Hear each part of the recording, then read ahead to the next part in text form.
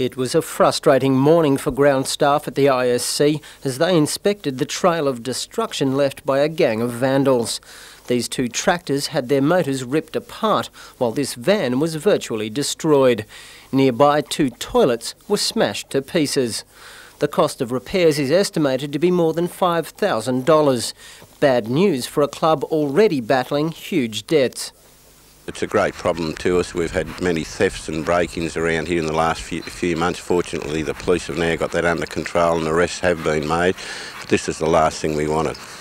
To prevent any repeat performance, the Knights will increase security measures around the ground.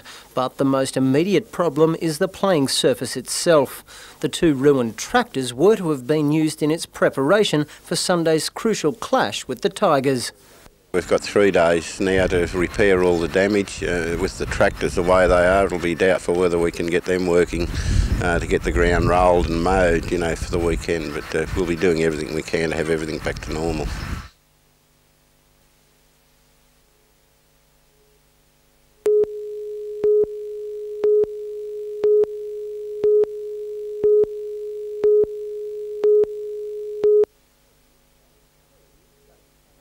Dave Perry is going places. Japan, to be precise, as a last-minute inclusion in the Australian team for the World Road Racing titles. It's a remarkable achievement by a man who was last year ignored by Commonwealth Games selectors despite finishing second in the Australian Championships. He admits that disappointment left him close to retirement. Yeah, I thought about chucking it in and then, well, these things happen all the time. Selections are always a little bit biased in a lot of ways, so I thought I'll just go back to Europe and see what happens, do my own thing. Dave's own thing was good enough to snare some major placings in several prestigious European events that virtually embarrassed selectors into giving him his first ever shot at a world title. At 31, he knows he's on borrowed time and has been pounding the pedals over 1,300 kilometres a week to ensure he makes the most of his opportunity.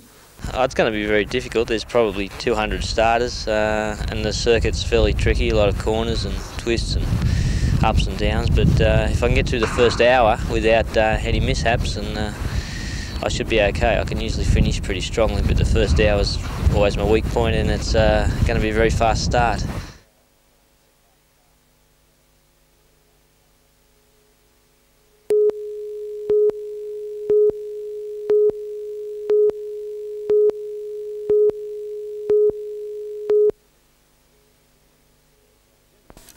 The general view expressed by speakers at this morning's Chamber of Commerce breakfast was that the budget was boring and that it provided few incentives. Most of the 130 business people present seemed to share that view. And there was doubt expressed on some of the budget's forecasts. The inflation forecast of 6.5%, nothing like the 4.5% that he gave us when he brought home the bacon, but it's still very, very optimistic. It's based on a US $23 a barrel oil price, and you don't have to be a political scientist to realise that that's very, very optimistic given the Gulf crisis. Changes in tax provisions were detailed, and there was general approval of rollover relief from capital gains tax for assets destroyed by natural disasters. This was initiated by the Newcastle earthquake and has been extended across Australia. It corrects an anomaly where pre-capital gains tax buildings are replaced at higher costs. Two environmental tax changes will also have particular application in the Hunter. All rural businesses, not just primary producers, will now be able to claim tax deductions for work to prevent or treat land degradation. And mining companies will be able to deduct from tax the cost of rehabilitating mine sites after mining has ceased. But for a budget that relies on an export-led recovery, the judgment was that the necessary incentives are lacking.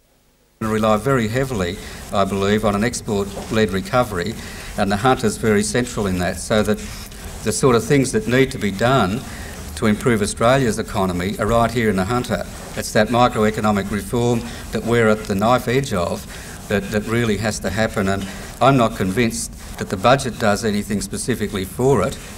Mr Boyd also sounded a warning that while a short-term oil shortage flowing from the Gulf crisis could benefit coal, a long-term oil shortage could actually have a negative effect on coal demand.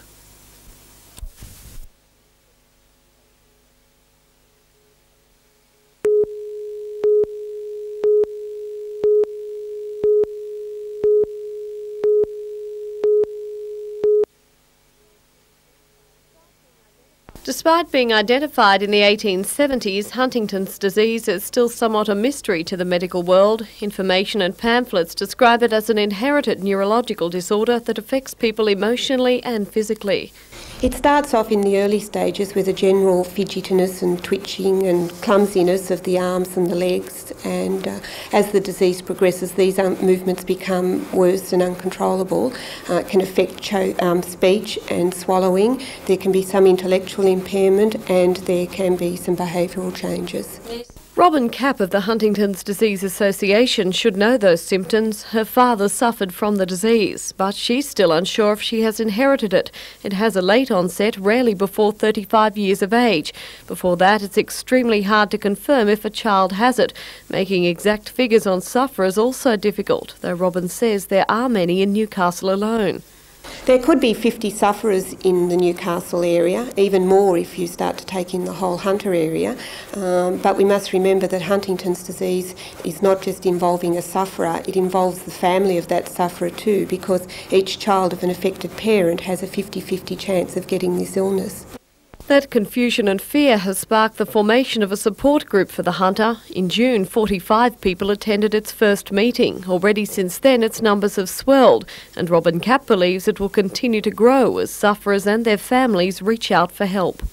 The main thing, I think, is to offer mutual support to one another, especially if people are in the various stages of the illness. They can lobby together for better services, because Huntington's disease people in the past have not been well cared for, although we do hope that that is improving.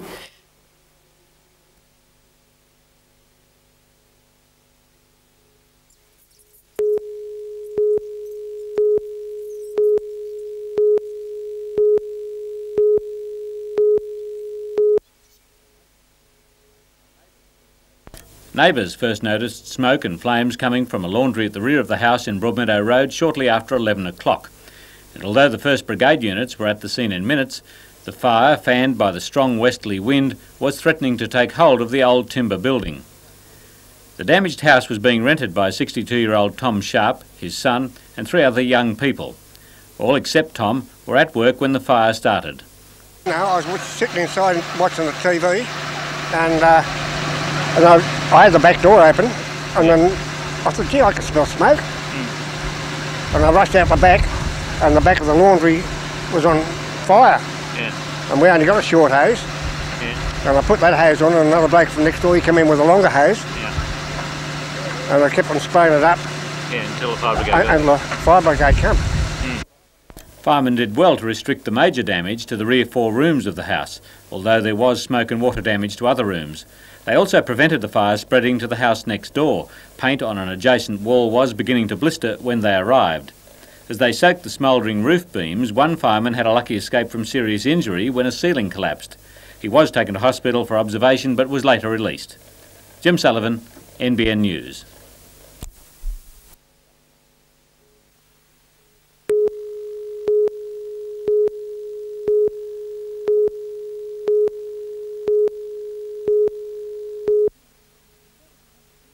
The set of the Hunter Theatre Company's new production Bloodshot looks like the scene in an average household, and according to playwright Warwick Moss, that's one of the reasons the play will appeal to a wide audience.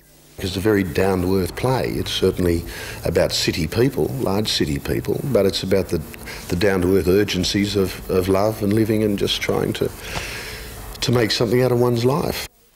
Warwick Moss plays lead character Simon alongside Jackie Phillips as Cassie.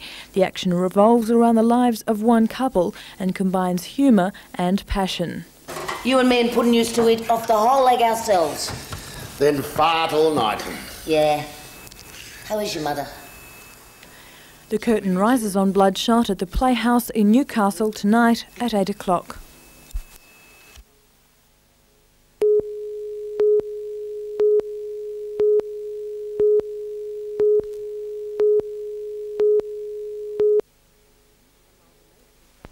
Amalgamation is nothing new to the metalworkers, currently with around 170,000 members. In 1972, the AMWU joined with the Amalgamated Engineering Union, Boilermakers and Sheet Metal Workers.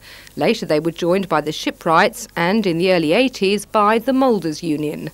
The new amalgamation is with the Association of Drafting, Supervisory and Technical Employees, or ADST, and could see the union ranks swell to 200,000. It will be the largest blue-collar union, if you like it to put it into those terms, but it will also have significant membership in those technical areas and has the potential to be the largest union in the country. Foremen and supervisors never before unionised will become part of the newly named Metal and Engineering Union. Tradesmen and technical staff will be able to pursue a lifelong career under the banner of one union. The AMWU Newcastle region, which extends from the Hawkesbury to the Queensland border, already has more than 11,000 members. There certainly is a potential with this amalgamation to pick up quite a few thousand in addition to the numbers that the two unions already have in the area. For instance, in the steel industry, there is a potential of a further 500 or 600 members. At present, members of ADST have no local office and around 30 members working at BHP. Many others work at the Sea Safety Centre, which is due to move from Canberra to Newcastle next year. The amalgamation goes to ballot at the end of October.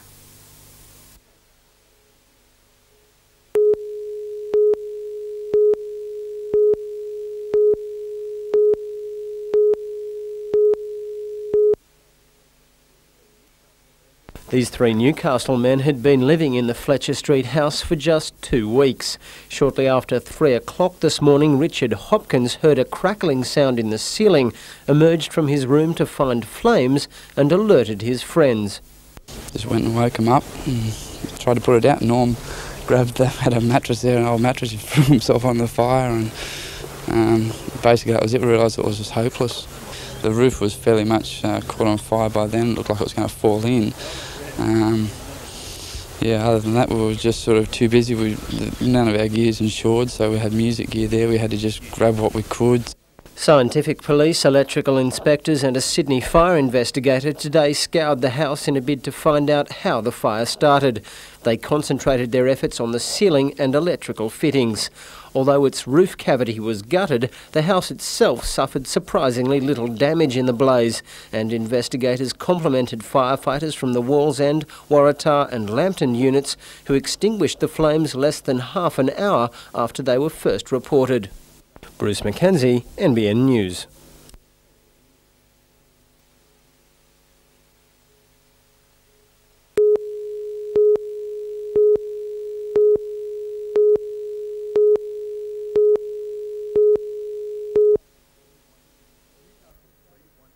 Newcastle's fleet of 160 buses started returning to the depot at 10 o'clock this morning so that drivers could attend a meeting. Lured by a second $15 wage increase, the drivers have agreed to adopt efficiency plans on overtime and ticketing issues. I think there was a very good consensus achieved amongst the members. They've accepted the pay rise and they're quite happy to proceed along the way we're going now and just consolidating our position. What we've achieved at the moment is perhaps a first step towards talking about many other things which can continue to enhance our proficiency and our efficiency in this, providing a public service, and there would be further wage increases further down the track as we come to agree between the unions and the authority those extra productivity improvements. The drivers also aired their grievances on what they believe are inflexible and unrealistic running and turnaround times on bus routes. They claim a 10% burnout rate among Newcastle's 300 drivers due to the stress of attempting to maintain timetables. And if something isn't done soon, they've threatened to take the matter into their own hands. The members decided today that they would give management on the 30th of September to improve the standing times. That's the rest breaks drivers get between trips. Otherwise there would be a 24-hour stoppage on the 4th of October. We are talking to them quite regularly on this, which we understand is a key issue. We do know that some of the running times of some of our particular bus services need to be addressed. From my point of view, these are issues that we need to talk about, not to have stop work meetings over. I don't find that useful.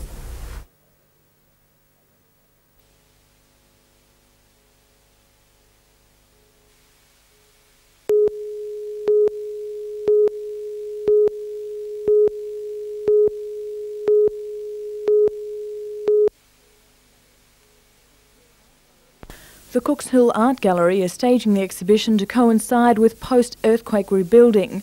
It has been assembled with an eye for contrast and quality, with works by some of Australia's best-known artists. Peter Evans from the City Centre Committee put his stamp of approval on the idea of using art as part of the refurbishing of Newcastle businesses. Offices are being repainted as a necessary result of the earthquake, and as that happens, people see there's good reason to upgrade their works and, as I say, to make their offices more attractive environment to work and to encourage others to come from outside the city to work. Do you think the investment of such large sums of money in what are just wall adornments is worth it for local businesses? Well, I'm sure it's a good commercial investment. If you look at some of the artists who have provided work here, their prices some time ago, as against their present prices, would show that it's a very good investment. But with price tags ranging from $1,000 to $160,000, it will be interesting to see how many businesses will invest in art.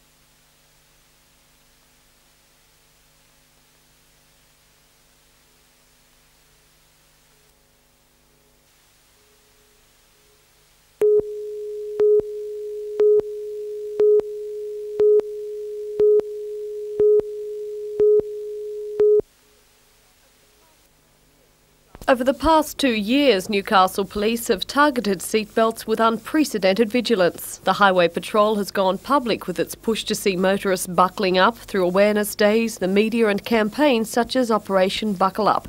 And then there's the added incentive of a hefty $81 fine. And slowly but surely, the police say the message is getting through.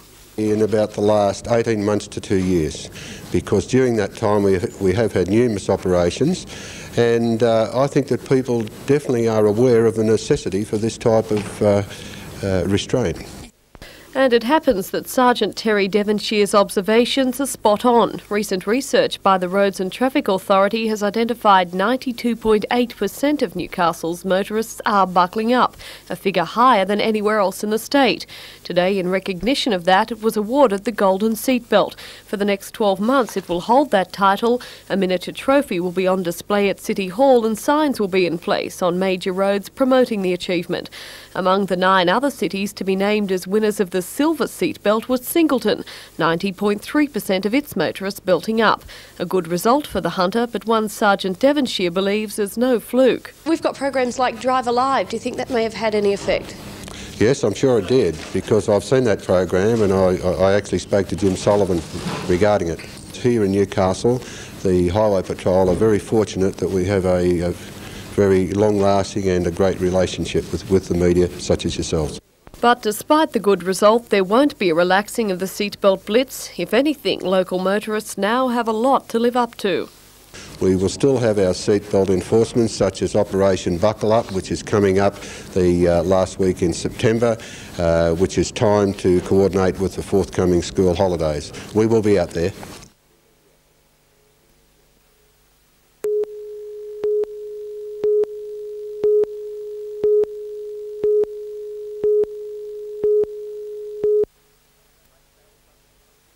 A great crowd was on hand for the season decider, and brothers Kevin and Les Smith controlled the match.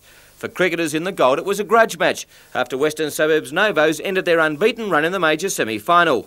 Both teams started nervously, and Kerry Page was able to settle quicker than most and help cricketers to a 10-5 lead at quarter time. The young Novos were guilty early in the second term of fiddling around too much in and close to the circle, and the defence of Liz Pullman and Jodie Calvert was able to get on top.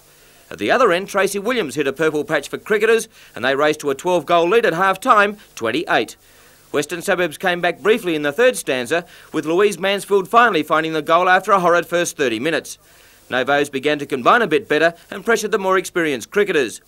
Going into the final quarter with an 11-goal lead, it was all over bar the shouting. However, the youngsters wouldn't give in and turned on some super netball in that final term.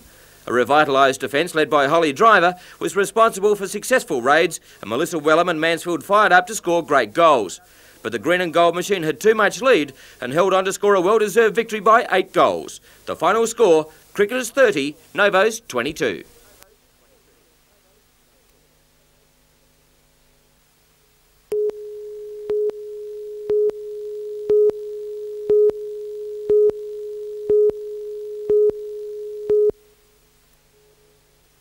Four divisions have been contested, and in the men's A grade, Sutherland and Castle Hill began the Carnival as favourites to meet in tomorrow's final. Both teams have plenty of talent and provided plenty of fireworks in the preliminary rounds. The other teams in men's A are Leisure Coast, Grafton and Gladesville, and all should provide stiff opposition for the more fancied teams. Also at Howsat today, the first day's play in the New South Wales indoor netball titles, with one team from Sydney up against South Coast, North Coast, Newcastle and Far West. There is also a mixed title, which will give the big crowd a thrill or three. At Redhead Beach, it was the Surf Lifesavers who needed a hand in the final round of the Aquatech Cup for inflatable rescue boats, as mountainous seas made it difficult to get out the back, let alone rescue their patients. But the boys and girls of the surf movement battled on despite the odd broken arm and dislocated knee. It was to settle down to a battle between Soldiers Beach and Fingal Bay for the overall trophy, and it was Soldiers Beach who won the day and overall point score with 77 points. In second place was Fingal Beach with 57 and Coaldale were third with 53. In today's standings, it was Soldiers Beach on 30 and a three-way split on 19 between Coaldale, Nobbies and Brunswick Heads. The winners of the Caltex Aquatech Cup was Brunswick Heads. Nelson Bay advanced to the preliminary final of the Newcastle Australian Football League after a scrappy 21-point victory over Newcastle City in the minor semi-final today. Don Spencer from the Bay was best on the ground, and he was ably supported by Pat White, who came good late in the match. Nelson Bay ruckman Paul Reimer also had a fair match. The conditions were tricky with the wind blowing straight across the ground, but in the end the Bay were able to maintain their composure and ran out winners 17-10-112 to City's 13-13-91. Wallsend and Warners Bay play tomorrow in the major semi-final at Hawkins Oval.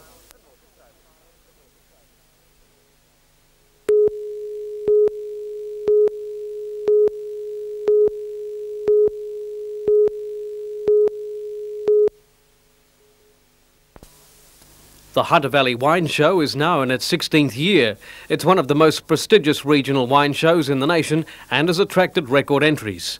The biggest class was 1990 Chardonnay, which was being put to the test at the Singleton Infantry Centre this morning.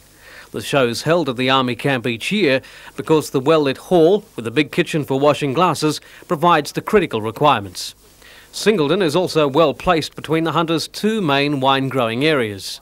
It's very hard to distinguish nowadays between the lower and the upper Hunter because of the versatility of the vineyards that are supplying to one winery within the Hunter itself.